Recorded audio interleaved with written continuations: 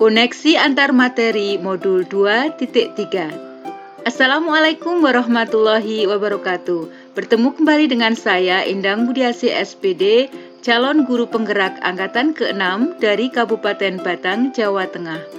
Dengan pengajar praktik Bapak Arif Rahman MPD dan fasilitator Bapak Hendra Apriyadi. Kali ini koneksi antar materi 2.3 yaitu tentang kucing untuk supervisi akademik.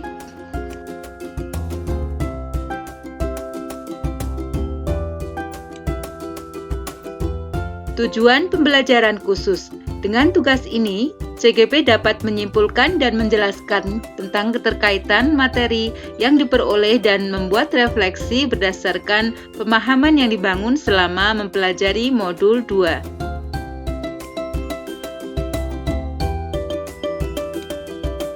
Refleksi.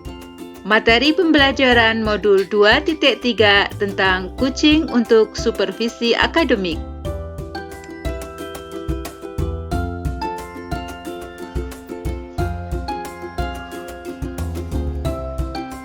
Kucing merupakan proses kolaborasi yang berfokus pada solusi, berorientasi pada hasil, dan sistematis, di mana coach memfasilitasi peningkatan atas performa kerja, pengalaman hidup, pembelajaran diri, dan pertumbuhan pribadi dari kucing.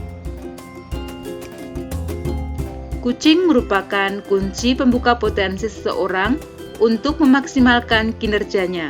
Di sini, kucing lebih tepat membantu seseorang untuk belajar daripada mengajarinya.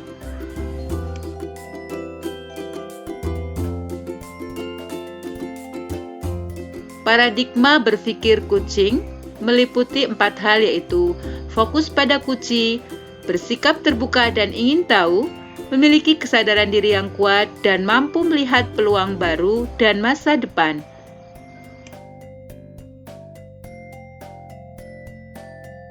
Prinsip-prinsip kucing yaitu kemitraan, ditandai dengan adanya tujuan percakapan yang disepakati, 2 proses kreatif, dan yang ketiga adalah memaksimalkan potensi kucing.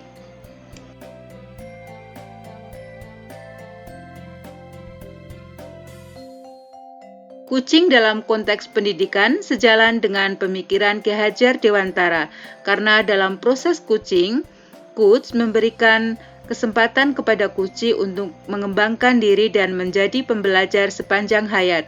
Hal ini sesuai dengan pemikiran Ki Hajar Dewantara, yaitu sistem Among.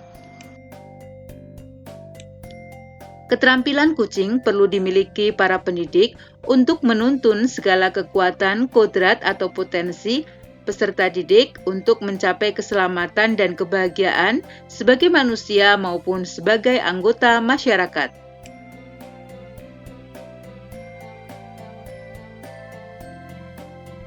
Kompetensi inti kucing meliputi kehadiran penuh atau presence, mendengar aktif, mengajukan pertanyaan berbobot.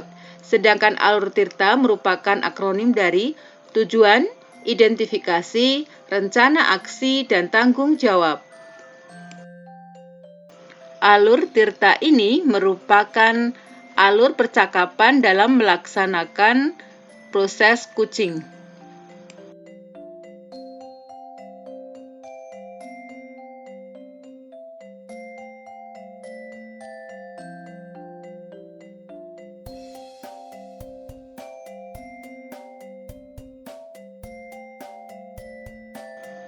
Supervisi akademik dengan paradigma berpikir kucing.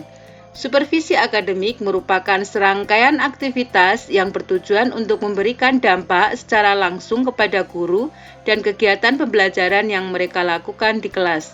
Tahapan supervisi akademik meliputi pra-observasi, observasi, dan pasca-observasi.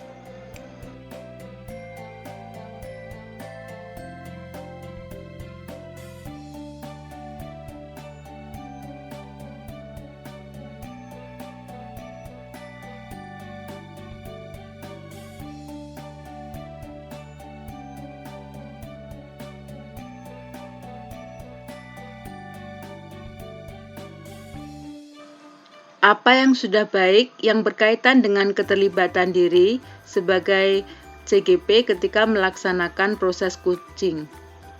Masih banyak hal-hal yang harus saya pelajari lagi, baik sebagai coach, coachee maupun observer. Namun, dalam proses belajar adalah bagaimana saya memposisikan diri saya sebagai coachee, yaitu dapat mengutarakan semua permasalahan melalui pertanyaan-pertanyaan yang berbobot sebagai coach, dan saya cukup memahami posisi coachee dalam proses coaching yang telah saya lakukan.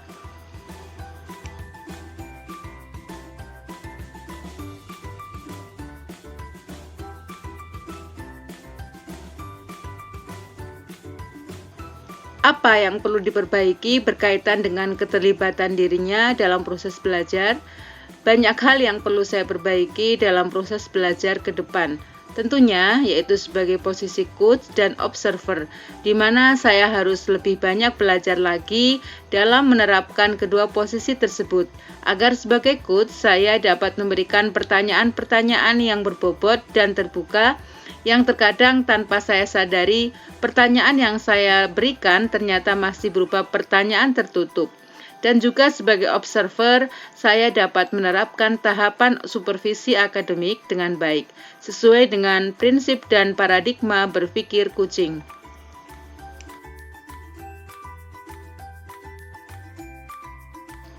Keterkaitan antara kompetensi dan kematangan diri pribadi sangatlah berpengaruh dalam menerapkan coaching supervisi akademik.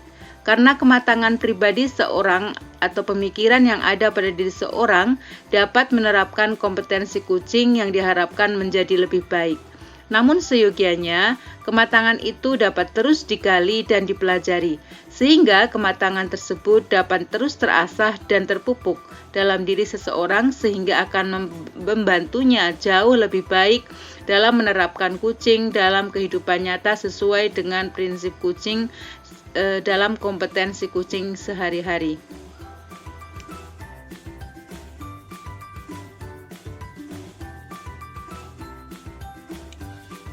Modul 2.3 ini telah mengajarkan kepada saya mengenai cara melakukan coaching yang baik dengan siswa maupun dengan rekan sejawat. Saya pikir selama ini apabila kita menjadi tempat untuk mendengarkan cerita seseorang, maka kitalah yang diharapkan dapat memberikan solusi terhadap masalah tersebut. Namun ternyata keliru. Justru di praktik coaching ini ternyata saya menyadari bahwasanya peran coach adalah menggali informasi dengan memberikan pertanyaan yang berbobot dan terbuka, sehingga potensi yang ada pada coachee dapat terakomodir dengan baik.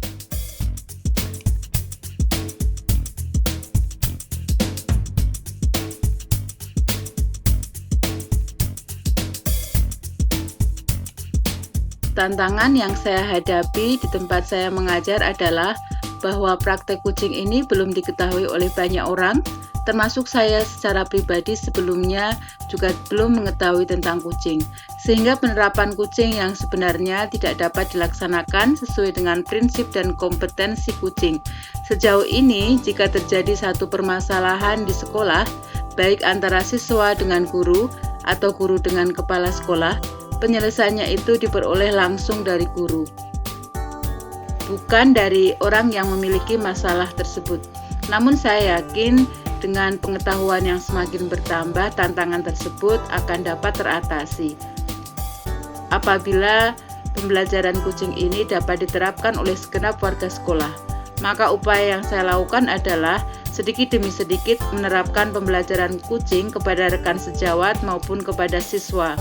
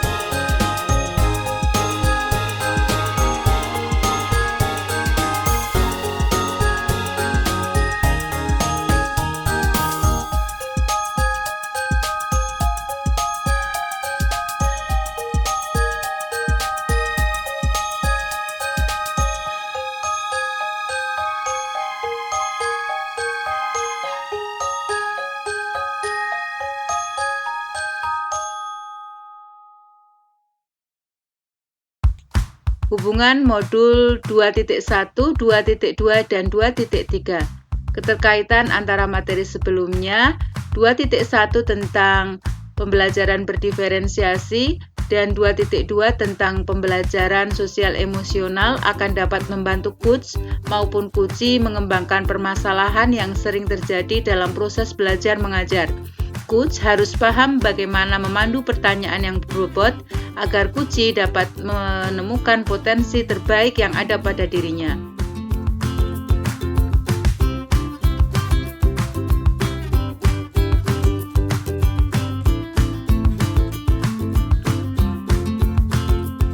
Keterkaitan keterampilan kucing dengan pengembangan kompetensi sebagai pemimpin pembelajaran adalah sangat berhubungan satu sama lainnya, di mana keterampilan kucing ini dapat menunjang kita sebagai pemimpin pembelajaran, yaitu dalam menyelesaikan permasalahan pembelajaran yang sering terjadi pada umumnya, karena tidak mungkin pembelajaran yang kita lakukan mulus-mulus saja, tanpa hambatan. Namun dengan keterampilan kucing, kita dapat menyelesaikan hambatan dan permasalahan tersebut agar mendapatkan penyelesaian yang terbaik. Demikian koneksi antar materi yang dapat saya sampaikan, semoga bermanfaat. Terima kasih telah menyaksikan video ini. Sampai berjumpa pada video berikutnya. Wassalamualaikum warahmatullahi wabarakatuh. Salam guru penggerak.